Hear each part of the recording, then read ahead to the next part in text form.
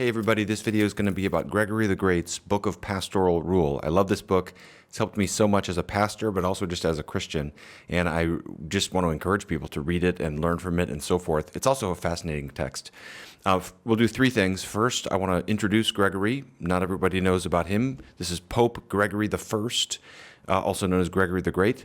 And just defend him a little bit from one of the criticisms of him, and that is that he's not a good theologian. Second, we'll work through this book a little bit, and I'll work through three themes in particular. And then third, I'll just draw out three lessons we can learn, all Christians can learn from this book today. What I hope you'll get is a little bit of an introduction to some church history that we sometimes neglect, that late patristic, early medieval period especially, but also just some lessons about spiritual leadership, some practical wisdom about the pastoral office, and that's relevant, as we'll see, to every single one of us, whether we're in a form of formal spiritual leadership, like being a pastor or some kind of, whatever role you might be in. But even if we're not, that's still so relevant. Before I dive in, I want to do a book recommendation. I got this awesome new Bible put out by Crossway recently. It's called the Chronological Bible. It's amazing. Basically what it does is it takes all of the books of Scripture and kind of makes them according to historical chronology. So it's got 8 different eras that you work through. It's also organized into 365 readings, so you can read it through in a year really easily. So, you're starting off, and then it's going through the historical books, but then sprinkled in are Psalms, passages from the prophets. In the New Testament, you're like reading through the book of Acts, but then 1 Thessalonians will be sprinkled in, and other books like this, chronologically ordered. So you're reading through all of Scripture in these readings, one per day for a year, but it helps you read it through in historical timeline as to how it all happened, which is a wonderful way. It always helps to keep your Scripture intake fresh. So this is a great way to keep your Scripture intake fresh. So I'll put a link in the video description. Check it out. What an awesome resource. Okay, first, let me just dive in by introducing Gregory a little bit. We call him, since the 9th century at least, he's been called Gregory the Great. But a lot of people don't know about him, or they confuse him with some of the other Gregorys that are back there. Gregory is one of the most important early popes or bishops of Rome. We're in the late patristic era. We're talking about like the turn of the 7th century. So I think he was pope from 590 to 604. Absolutely fascinating time. And Gregory is he's significant in a number of ways. One is that he's an incredible leader. He's an incredible administrator. You'll see that as we talk about this book, his practical wisdom about how to motivate people, how to counsel people, how to correct people, We'll talk about that. That'll be a theme of this video. But in connection with that, he's one of the most influential people in all of church history. He's one of those figures who has a massive influence upon the medieval church, but then that influence starts to wane later on. So a lot of people today, especially like Protestant evangelicals, don't know much about Gregory at all, even though he had such an impact upon church history. He shaped the church's liturgy and spirituality so profoundly. Chris Armstrong says it this strong: if Augustine of Hippo was the father of medieval theology, Gregory was the father of medieval spirituality. He's the first monk turned pope. Okay, first pope who had been a monk, and he brings that monastic background to his pastoral office, and specifically this love for contemplation and the life of prayer. And that's, as we'll see, it's a huge theme in this book. He also just had a huge impact. In terms of the church's monastic organization, he had a huge role of reform. He also commissioned missionaries to go to Britain and convert at that time, it's amazing to think about this, but at that time, the Anglo-Saxons up there were like the remote part of the world where they're so pagan. And it was like, wow, could they possibly become Christians? Well, Gregory had a huge influence in the expansion of the church in that way. And another thing about Gregory, he's very much a bridge builder between the East and the West. And a lot of times people don't know this, but before he became the Pope, he was a papal representative to the Byzantine emperor. So he lived in Constantinople for like 7 years. And so his theology was shaped by his extensive interaction with the Eastern Church. In fact, after the Emperor Maurice, the Byzantine emperor, read the Book of Pastoral Rule, he ordered that it be translated into Greek and disseminated to every bishop in the empire. So Gregory the Great is the first Latin father whose works were translated into Greek within his own lifetime. Gregory was greatly respected by the reformers, especially Calvin, also Melanchthon. Calvin had, if you read through the Institutes, he's always referencing Gregory and his godliness and his integrity, and he makes that a point of contrast between some of the abuses he sees later on in the papal office, because basically Calvin is saying, he's talking about how Gregory emphasized his leadership role as one of service and love, and he's showing how different that is from how things develop. And there's all kinds of fascinating discussions there about how does Gregory understand that, because he has this dispute with some of the Eastern patriarchs, specifically John IV, who's the ecumenical patriarch of Constantinople, and he's basically opposing the language of being a universal bishop. And so there's all kinds of discussions about what does that mean. So that's something you can be aware of. I'm not really going to get into that in this video, though.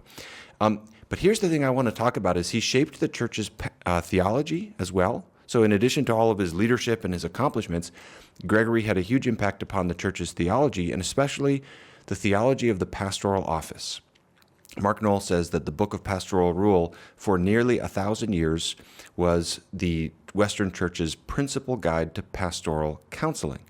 And Gregory was a great theologian. Now, before we get into the text, I'll just defend Gregory a little bit. One of the things that you see in the literature about Gregory a lot is that he's seen as just a transmitter of Augustine. You know, he's an effective leader, and he transmits Augustine's thought, but he's not really a profound theologian in his own right.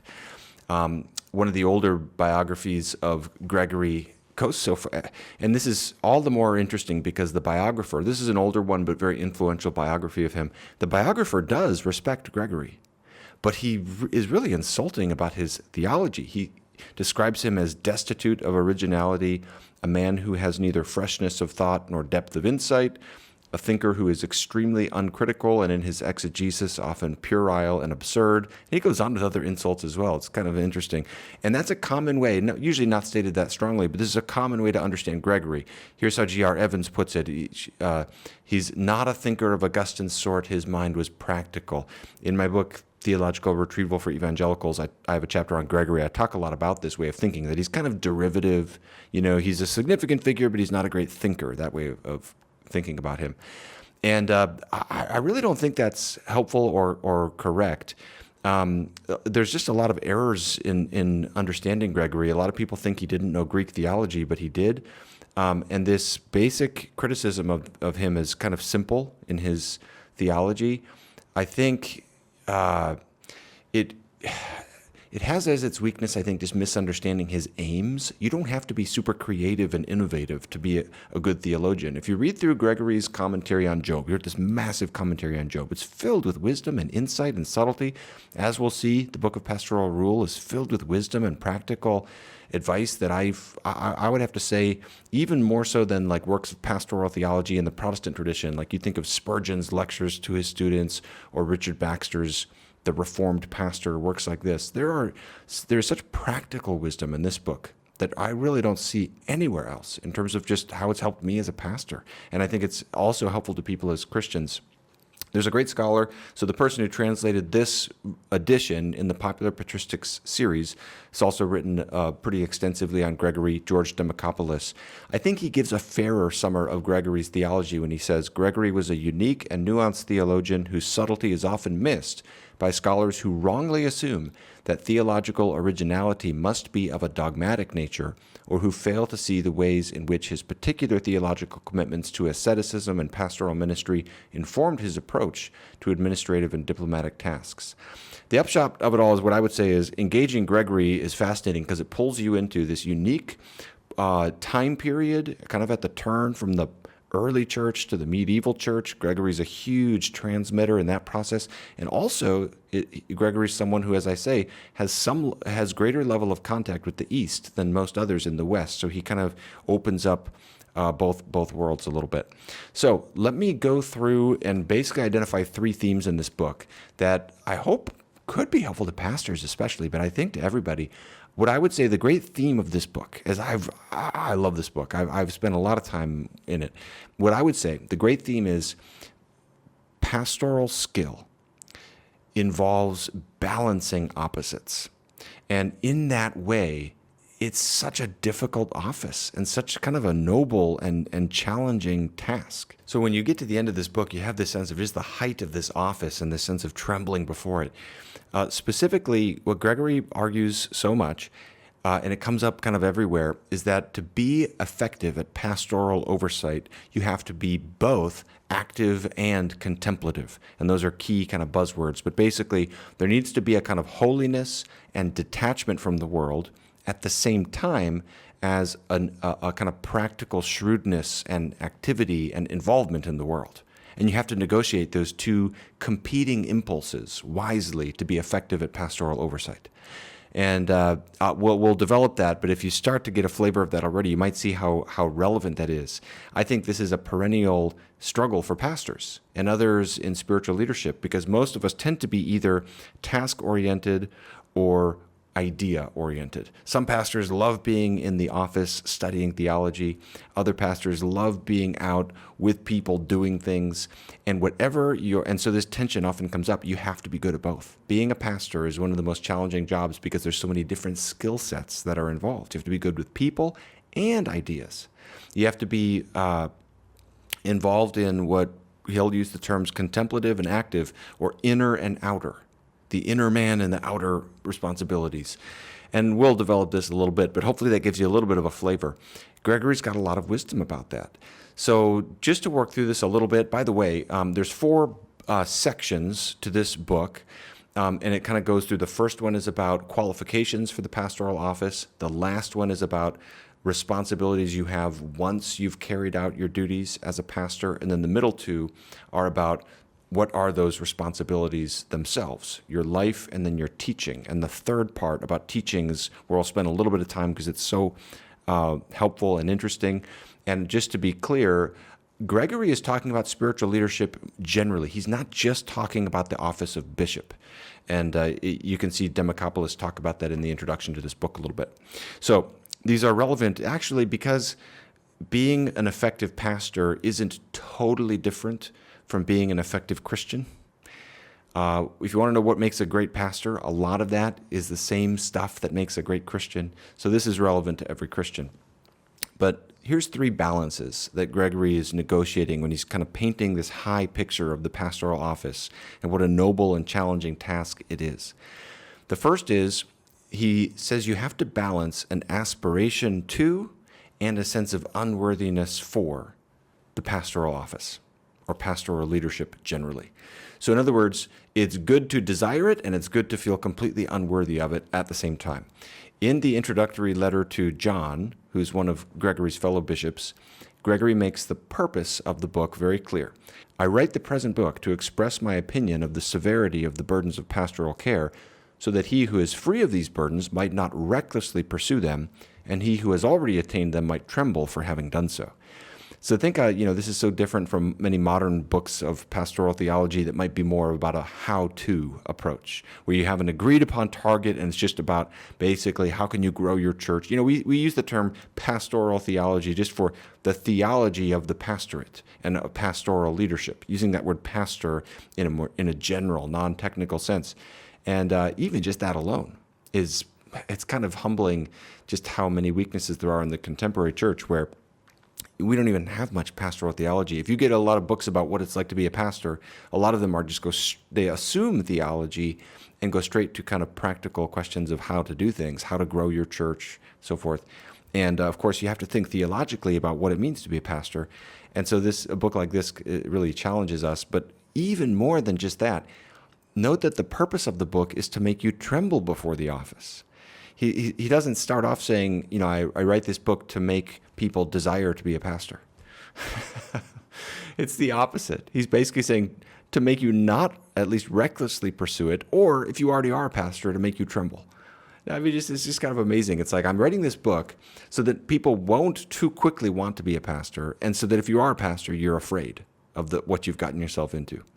But that's wonderful, because what he's trying to give you is the sense of the nobility and the height of this responsibility and how wonderful it is. And it's convicting to read through this book.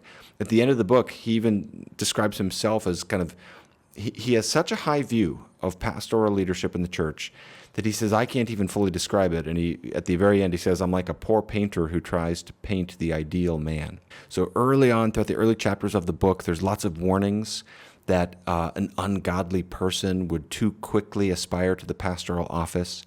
But then there's this balance. And he's saying basically a godly person must be careful not to be unwilling to serve the church, to feed the sheep of Christ. And he really actually rebukes that even more strongly, which surprised me.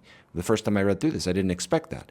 And so what it sort of leaves you with is what I felt a lot of times when I'm trying to encourage people about serving as an elder in the church or raising up people in the church, this sense that on the one hand, we don't want to be glib about it.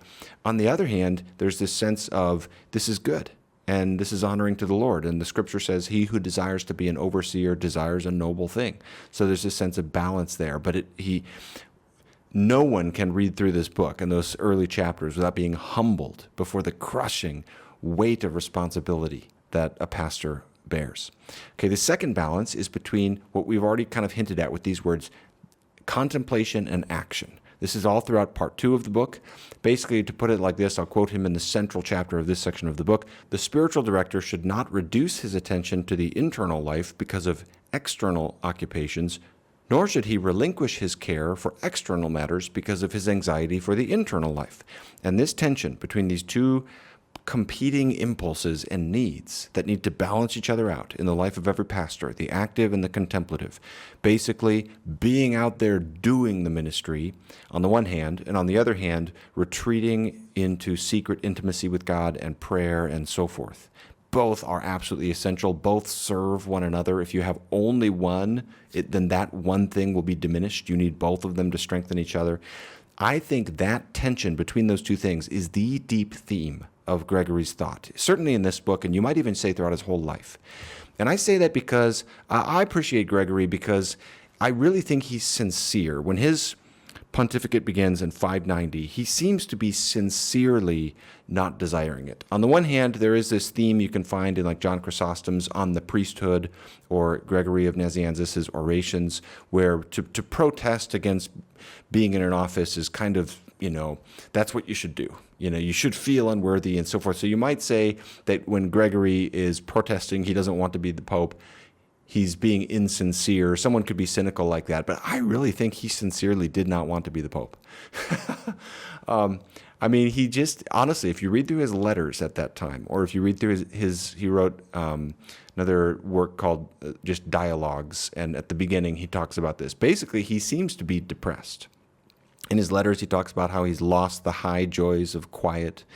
He talks in another letter, he talks about he's tumbling down in the darkness. He honestly seems depressed after he becomes the Pope because he's just overwhelmed by the practical responsibilities thrust upon him, even though he's actually really good at them. He's a very capable administrator.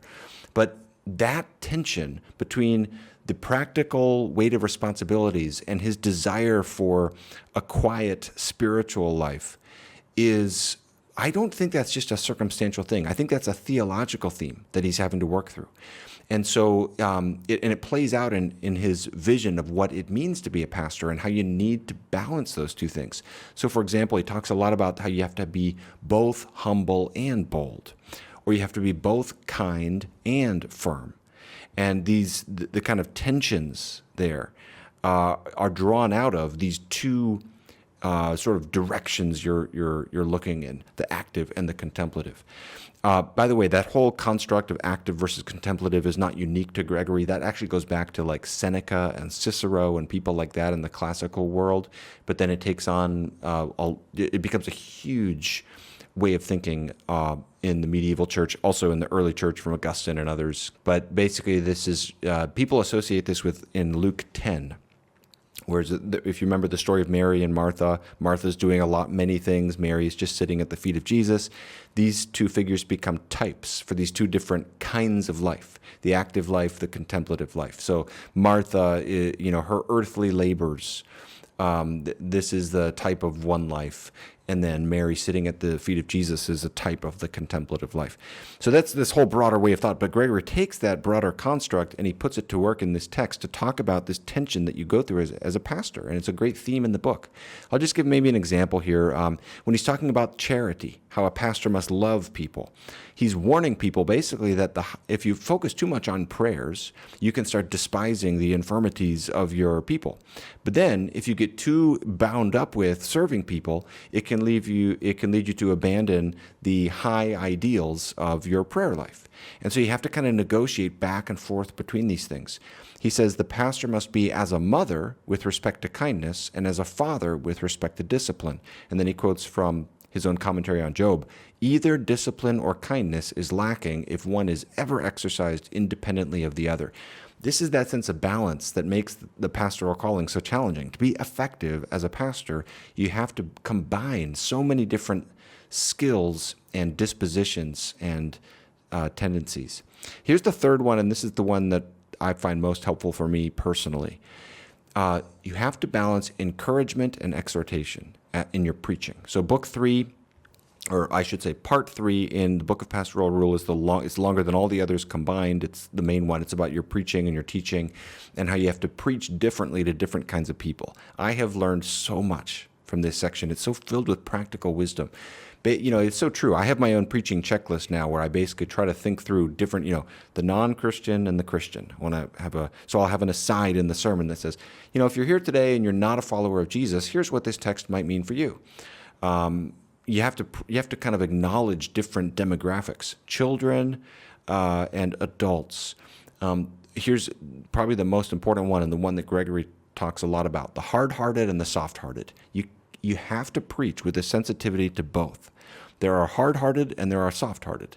And so he talks a lot about, here's an example of how basically you preach with a sensitivity to the fact that there are both proud and humble people out there. Here's what he says, let the humble hear how the things they strive for are eternal, and the things that they despise are transitory. Let the proud hear that the things they pursue are transitory, and the things that they abandon are eternal. Let the humble hear the authoritative voice of the truth. Everyone who humbles himself will be exalted. Let the proud hear, everyone who exalts himself will be humbled. Let the humble hear, humility precedes glory. And let the proud hear, the spirit is exalted before a fall. Let the humble hear, whom shall I respect if not the humble, the quiet, and those who tremble at my words? Let the proud hear, why are earth and ashes proud? And he goes on, he's quoting scriptures, by the way. You can see that's like Isaiah 66:2 and other passages. And he's basically trying to say, in your sermons, that both of those strands need to be expressed. You need to have enough in your sermons that will shatter the pride of the hard-hearted, and at the same time, food and gentleness and comfort for the soft-hearted. And I find that so helpful because so many of us who are pastors tend toward one or the other. We often tend to be either stronger at encouraging the weak or challenging the proud. And so the counsel here is for balance to put those together. And I'll just say that the wisdom in this, the practical wisdom, the shrewdness, the insight into the human heart. Gregory was a great psychologist. He understood the human heart so well. For example, oftentimes when he'll talk about a virtue and a vice, but then he'll warn about the virtue more than the vice. And you're thinking, why would he do that? And it's because he's very aware of self-righteousness and how in the pursuit of virtues, how easy it is to fall into sin. So he's often more stern in that way. There's brilliant pastoral wisdom. So just kind of stepping back, so hopefully that was clear. I know I'm doing this video fast on a Sunday afternoon again. I may have missed some things here. I'm not really in my notes too much right now. But so we're saying there's 3 kind of points of balance between 2 opposing tendencies that's reflected in Gregory's vision of the pastoral office. Just to real briefly conclude with what we can learn from that, I'll just speak personally at 3 takeaways that I think, especially those of us who are evangelicals, but probably all Christians today can especially benefit from Gregory. First, I think Gregory helps us think about specific virtues and vices. A lot of times, especially evangelicals, we tend to think about sanctification or our growth in Christ in these very general terms of just growing to love God more and know God more. We don't think about specific virtues and vices as much, like what is the nature of charity? How is envy related to other vices? How does sin work differently upon the will than the mind? Things like this. Those are questions that the medievals thought a lot about, a great deal about. C.S. Lewis is another example of someone who thought a lot about this. If you get to the largest section of Mere Christianity, it's all about virtues and vices. And because he was so informed, C.S. Lewis was so informed by medieval categories. Gregory is so helpful on this. If you've heard of the 7 deadly sins, Gregory is, of course, the one who kind of revises the 7 deadly sins and kind of standardizes them to include envy, because he talks a lot about envy. What he has to say about envy, and how he talks about envy as the essence of sin and the essence of unhappiness. And he talks a lot about the relation of envy to pride and things like this, all kinds of things that are incredibly edifying to think about. Second thing I think we can learn from Gregory is just the psychological insight that I think is of a practical nature that really supplements the pastoral theology you're going to get from other pastoral theology texts like Richard Baxter and others I've mentioned in the Protestant tradition. Like Gregory, those ones really emphasize the need for godliness in the minister, but Gregory goes so far down the road in giving practical advice that's so helpful, and it's so acquainted with the human heart. To be an effective pastor, you have to have some skills at dealing with people. You have to have good social skills. And Gregory was a very good student of the human heart. There's one of the secondary literature texts on Gregory says he writes with the awareness that the human heart is itself no less a maze than the scriptural mysteries he was so fond of allegorizing, and that it requires all the discretion of the spiritual director, trained in contemplation and perfected in the care of souls, to navigate its secrets. Let me give my favorite example of this, and that's Gregory's concern for skillful persuasion and how to be winsome. For example, in how you correct the proud. So Gregory talks about how basically, on the one hand, Gregory is so harsh against pride, and he's constantly warning against pride. At the same time, he's very shrewd in talking about how a pastor should relate to the proud people in their congregation. And he says at one point, I love this piece of advice, it is generally more useful to correct the proud if we combine a measure of praise with our correction.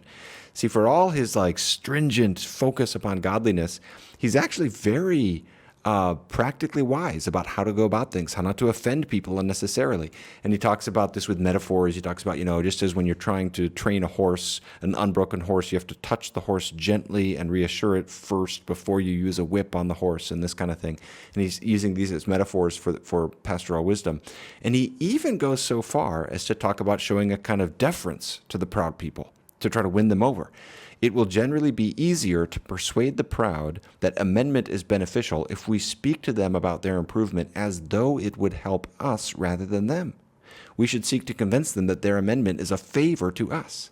See, again, for all of his warnings against pride, he's actually willing to go very far in trying to help people and win people over. It's like, suppose you're leading a small group and there's someone who is talking too much.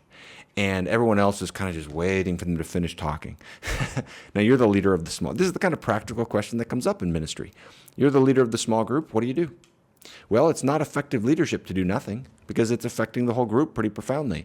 But if this person has pride and you're going to offend them if you just say to them, you're talking too much. People are getting tired of what you could just alienate them. So how do you do that? Well, maybe you go to them and you say, hey, I really need your help. As the leader of this group, I really want to try to draw out some of the others. Would you be willing to, I need your help. Would you join forces with me in trying to help draw out some of the others? And let's you and I just focus only on questions this week. Now, do you see how that's effective? Because what you've done there is you've influenced the behavior, but in their mind, now they're thinking, oh, wow, yeah, they need my help. It's a way of doing it with giving the correction, leading to the desired outcome without giving undue offense. And there's all kinds of practical wisdom like that in this book. Final thing is, I think at the end of the day, what this book ultimately leaves you with is a sense of reverence for the pastoral office. I think in our culture right now, pastors, when was the last time you saw a movie in which a pastor or priest was portrayed positively? Right now, there's a tendency towards cynicism, and that concerns me. We talk about the Great Resignation. I've said things on Twitter about that, just my concern about how many pastors are resigning. And I have a deep concern to try to help pastors flourish. and help pastors have hobbies and friends and Sabbath rest and the things we need to flourish over the long haul. A lot of pastors don't take care of themselves over the long haul. Well, with that, I think to have a high respect for the pastoral office is a wonderful thing, and Gregory leaves you with this. I mean, at the end of the day, this emphasis on balancing these inner and outer qualities, active and contemplative qualities, leaves you with this sense of, it's so humbling. You know, for me as a pastor, it's so humbling to see, because what you have to do is you have to embrace your areas of weakness, because you have to say, well, if to be an effective pastor, I have to balance discipline and kindness. Okay, which one am I more naturally good at? Now I need to grow in my area of weakness, you know? And so to appropriate Gregory's vision of pastoral balance requires you to humble yourself before the things you're not already good at. I do think one of the reasons being a pastor is difficult, even beyond just circumstantial questions of what from one church to another, is that it has to combine lots of different skills. You really do. There are a lot of diverse pressures put upon you. You do have to be good at both prayer and administration. You do have to have both practical and theological skills. At one point, Gregory calls the pastoral office the art of arts. And the sense you get as you leave this book is the sense of trembling before this office, without saying that means you should never seek to be a pastor. Again, he rebukes that tendency as well, and he's trying to say, no, it's a good thing to seek this if God is calling you to do that. But at the same time, there's this sense of just fear and trembling before this. You know, do your due diligence in assessing whether you're called to the ministry. Some of you who watch my videos, young men, maybe you're wondering if you're called. You should look at your internal call, your external call, your own desires and aptitudes and gifting, the feedback of others, opportunities God gives. There's all things you need to think about. But we should never lose a sense of reverence for this responsibility. We are called to be the under-shepherds of the church, serving under Christ, feeding his sheep. That is such a significant responsibility, and we should have a sense of fear and trembling before this responsibility. And that, above all else, is what I think this wonderful book gives you. So what that means is pray for your pastor and your other leaders in your church. And if you are a pastor, be humble. Have fear and trembling before the role that God has entrusted to you, even while you have joy as well. So I hope this video will encourage people. I'll put to check out this book and to think about its themes. I'll put a link to that book in the video description as well. Let me know what you think in the comments. If you've read this book, let me know what you appreciate about it. All right, thanks for watching, everybody.